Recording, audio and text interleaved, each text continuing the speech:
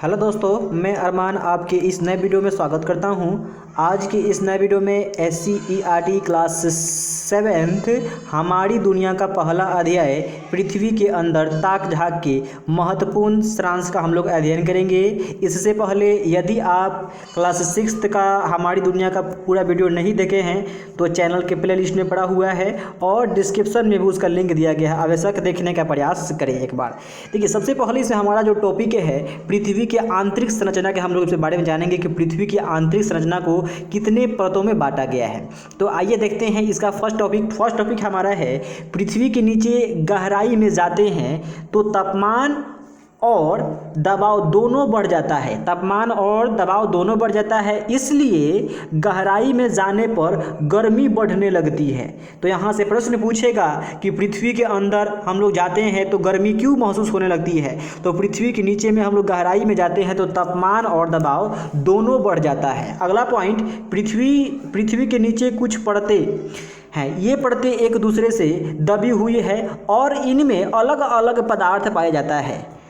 अगला हमारा टॉपिक है हमारी पृथ्वी की 3 परतें हैं। हमारी पृथ्वी की 3 परतें हैं। पहला परत हमारा सियाल है। ये सियाल जो है आपका सिलिका और एल्युमिनियम से मिलकर बना हुआ है। देखिए, पृथ्वी की ऊपरी हिस्सा को सियाल कहते हैं। इसमें सिलिका यानी कि रेत और एल्युमिनियम मुख्य रूप से पाई जाती है। इसे ही भूपर्पट्टी या भूपटल भी कहते हैं। इसी हिस्सा पर मानव निवास करता है। तो मानव पृथ्वी के किस हिस्सा पर निवास करता है, तो भूपर्पट्टी बोलिए या भूपटल बोलिए या सियाल बोलिए, इसका 3 नाम है। अगला है कि इसी परत से पानी, कोयला, लोहा, सोना, हीरा तथा खनिज तेल इत्यादि निकलते हैं। तो पहला परत हमारा कौन हुआ, आपका सियाल हुआ। यह सिलिका प्लस में एल्युमिनियम से बना हुआ है। दूसरा परत हमारा यानी कि सीमा यानी कि सिलिका और मैग्नीशियम से मिलकर बना हुआ है। तीसरा परत हमारा निकेल और फेरस यानी कि लोहा से मिलकर बना हुआ है। अब देखिए, यहाँ पे चित्र के माध्यम से बताया गया है कि इसके जो फर्स्ट वाले जो परतें हैं इसको हम लोग क्रस्ट भी कहते हैं।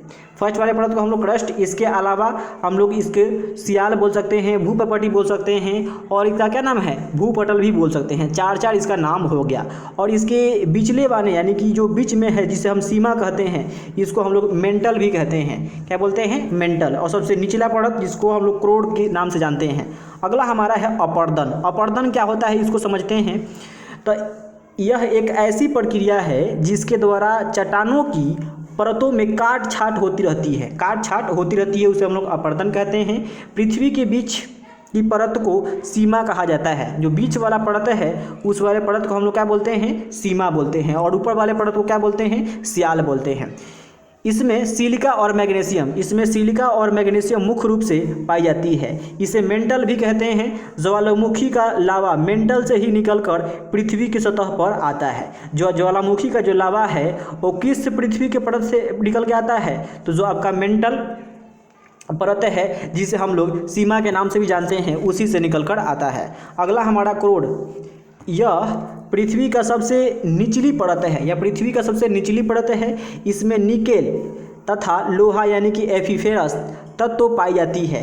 इस परत को क्रोड कहा जाता है। यहाँ तापमान और दबाव ज़्यादा होता है, इसलिए यहाँ चीज़ें गाढ़ी द्रव अवस्था में पाई जाती है। यानी कि तुम पूरा एकदम जैसे कि जलता हुआ आग हो गया, ठीक वैसा ही यहाँ पे क्या पाया जाता है, गाढ़ी द्रव पाया जाता है। अगला हमारा है हमारी पृथ्वी की आंतरिक संरचना। हमारी पृथ्वी की जो आंतरिक संरचना है वो नारियल से मिलता जुलता है। हमारी पृथ्वी की आंतरिक संरचना नारियल जैसा है। इसमें भी 3 परत होती है और तीनों में अलग अलग तत्व हैं। हमारी पृथ्वी की परतें नारियल की परतों से ज़्यादा मिलती जुलती है। जैसे नारियल की पहली परत समान नहीं होता, ठीक उसी प्रकार पृथ्वी की ऊपरी परत भू आब है यानी कि जियोड है, यानी कि उभड़ खाबड़ है। जैसे कि हमारा चेहरा भी क्या है, उभड़ खाबड़ है, ठीक इसी प्रकार पृथ्वी की आकृति भी कैसा है, जियोड है। अगला हमारा है कि नारियल का अंतिम परत में पानी होता है, वैसा ही पृथ्वी की निचली परत में गाढ़ा पदार्थ होता है। अगला है कि पृथ्वी के अंदर प्रति 32 मीटर की गहराई पर तापमान 1 डिग्री सेल्सियस बढ़ जाता है। अगर हम पृथ्वी के अंदर 32 मीटर जाते हैं तो 1 डिग्री तापमान का क्या होगा, बढ़ोतरी हो जाएगा। भूपर्पट्टी सियाल बोलते हैं, भूपर्पट्टी को हम लोग सियाल बोलते हैं, जो सिलिका और एल्युमिनियम से मिलकर बना है। सीमा किसे बोलते हैं, जो सिलिका और मैग्नीशियम से मिलकर बना हुआ है। सियाल क्या होता है, तो सियाल में हमारा खनिज तेल मिलेगा। और आपका नीफे में क्या होगा, पदार्थों जो है गाढ़ी अवस्था में पाई जाएगी, यानी कि एकदम गाढ़ी अवस्था में पाया जाएगा।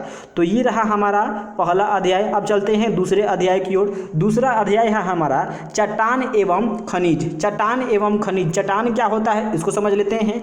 यह खनिजों का समुच्चय होती है। चट्टान जो है खनिजों का समुच्चय होती है। चट्टान विशेष में अलग अलग खनिज मिलती है। जैसे चूना पत्थर में कले की अधिकता अधिक होती है, ग्रेनाइट में फेल्डस्पाट एवं क्वार्ट्ज की प्रधानता ज़्यादा रहता है। अगला हमारा है कि पत्थर मुख्यतः चट्टान से ही प्राप्त होता है। पत्थर मुख्यतः चट्टान से ही प्राप्त होता है। सलेटी रंग का पत्थर करबंदिया शेखपुरा में मिलता है, करबंदिया और शेखपुरा में मिलता है। भूरे रंग का पत्थर जो है राजगीर या गया की पहाड़ियों से प्राप्त किया जाता है। अगला हमारा है चट्टान मुख्यतः 3 प्रकार का होता है। चट्टान मुख्यतः 3 प्रकार का होता है। अग्नेय चट्टान, इसको समझते हैं पृथ्वी के अंदर से पिघला हुआ पदार्थ धरातल पर आने के क्रम में धरातल के निकट या धरातल के ऊपर जम जाता है। इन दोनों अवस्थाओं के फलस्वरूप जो ठोस पदार्थ बनता है उसे अग्नेय चट्टान कहते हैं। अग्नेय चट्टान में परत नहीं होती है। अग्नेय चट्टान में परत होता है कि नहीं होता है, अग्नेय चट्टान में परत नहीं होती है, लेकिन रवा पाए जाते हैं। रवा का आकार इसके जमने में जितना समय लगता है उस पर निर्भर करता है। पृथ्वी के अंदर बने अग्नेय चट्टानों के रवे बड़े होते हैं, जैसे ग्रेनाइट हो गया, या धीरे धीरे जमते हैं। पृथ्वी के ऊपर की चट्टानें जल्दी जम जाती है, इसलिए इसमें रावे महीन होते हैं, जैसे बेसाल्ट हो गया आपका, अवशिष्ट हो गया आपका। ठीक, अगला हम चलते हैं अवसादी चट्टान की ओर। अवसादी चट्टान क्या होता है, ये चट्टानें अवसादों या तलछटों के जमाव से बनती है।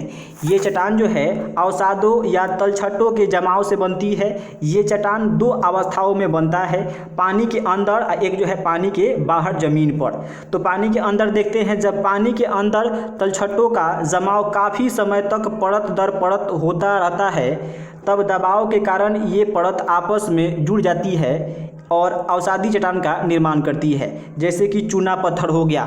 चूना पत्थर किसका उदाहरण है, तो अवसादी चट्टान का उदाहरण है। अगला हमारा है पानी के बाहर ज़मीन पर।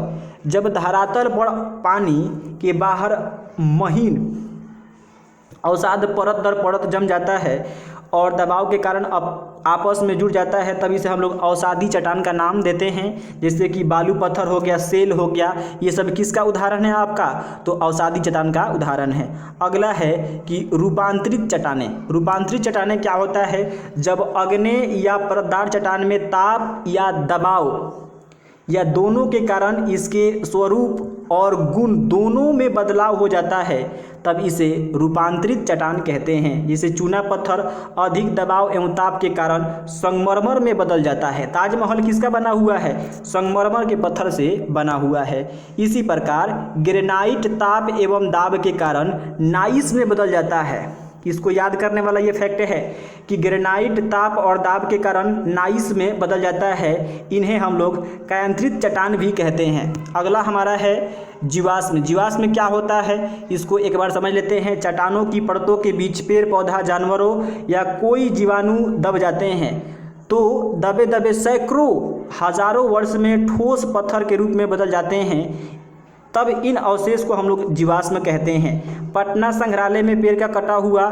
डाली 500 वर्ष पुराना है। कितना वर्ष पुराना है, 500 वर्ष पुराना है, जो पेड़ की एक शक्ल है। पेड़ का क्या है, एक आपका सल्क है, पेड़ का एक सल्क यानी कि डाली है। अगला हमारा है ताजमहल संगमरमर से बना है, जो रूपांतरित चट्टान है। हमारे घरों में जो सिलवट, जिसे सिलबट्टा बोलते हैं, सिलवट या कचरी है, वो अवसादी चट्टान है और बालू पत्थर का उदाहरण है। अगला हमारा खनिज है। तो खान से प्राप्त किए गए पदार्थों को खनिज कहते हैं। खानों में खनिज पाया जाता है। प्रत्येक खनिज का अपना रासायनिक एवं भौतिक गुण होता है, ये पृथ्वी के भूगर्भ से ही निकलते हैं और मूल्यवान होते हैं, यानी कि बहुत उपयोगी होता है, इसका कीमत ज़्यादा होता है, इसलिए इसे रत्न गर्भा भी कहते हैं, रत्न गर्भा भी कहा जाता है इसे।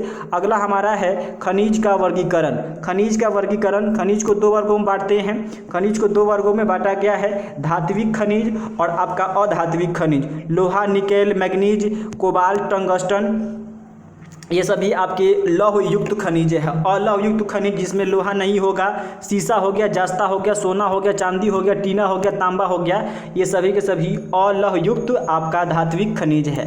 अधात्विक खनिज की ओर चलते हैं तो अधात्विक खनिज को भी 2 वर्गों में बांटा गया है, आपका कार्बनिक अधात्विक खनिज और आपका अकार्बनिक धात्विक खनिज। तो कार्बनिक हो गया आपका कोयला, पेट्रोलियम, और आपका अकार्बनिक होगा अभ्रक, ग्रेफाइट इत्यादि। चट्टानों के रूपांतरण में योगदान, तापमान, दबाव, रासायनिक द्रव, यानी तीनों का होता है। तापमान भी बढ़ेगा तो होगा, दबाव भी बढ़ेगा तो होगा, रासायनिक द्रव्य यानी रासायनिक पदार्थ भी बढ़ेगा तो होगा। अगला हमारा है, ये चट्टान ज्वालामुखी से निकलने वाले लावा के ठंडा होने से बनती है। आग्नेय चट्टान, जिन चट्टानों में परत पाई जाती है परतदार चट्टान कहते हैं। ज्वालामुखी से निकला गर्म पदार्थ लावा कहलाता है। सिन्हा नामक अवसादी चट्टान का उदाहरण है। ग्रेनाइट आग्नेय चट्टान का उदाहरण है। संगमरमर रूपांतरित चट्टान का उदाहरण है। छत की ढलाई में स्टील पत्थर का इस्तेमाल किया जाता है। रोहतासगढ़ का किला सफ़ेद एवं लाल बलुआ पत्थर का बना हुआ है। लाल किला जो दिल्ली में है स्थित है, वो जो है लाल बलुआ पत्थर का बना हुआ है। पत्थर की मस्जिद पटना में है, पत्थर की मस्जिद पटना में है, ये जो है नहीं पता है तो छोड़ दिए इसको। विष्णुपद मंदिर गया में है, काला पत्थर से बना हुआ है। आगरा का किला लाल बलुआ पत्थर से बना हुआ है। कुतुब मीनार लाल बलुआ पत्थर से बना हुआ है। विशाल बुद्ध मूर्ति गया जो बलुआ पत्थर से बना हुआ है। अगला है कि बलुआ पत्थर ब्लॉक और लाल ग्रेनाइट का एक मिश्रण है। तो पूछ सकता है बलुआ पत्थर जो है ब्लॉक आपका लाल ग्रेनाइट का एक मिश्रण है। तो ये था हमारा पहला एवं दूसरा अध्याय। अगर आपको इसका PDF चाहिए तो हमारे टेलीग्राम चैनल में जुड़ सकते हैं, डिस्क्रिप्शन में उसका लिंक है। और वीडियो पसंद आया है तो वीडियो को लाइक कर दीजिए और फटाफट अपने फ्रेंड के पास भी शेयर कर दीजिए। Thank you so much for the watching this video. तब तक मिलते हैं अगले चैप्टर को लेकर।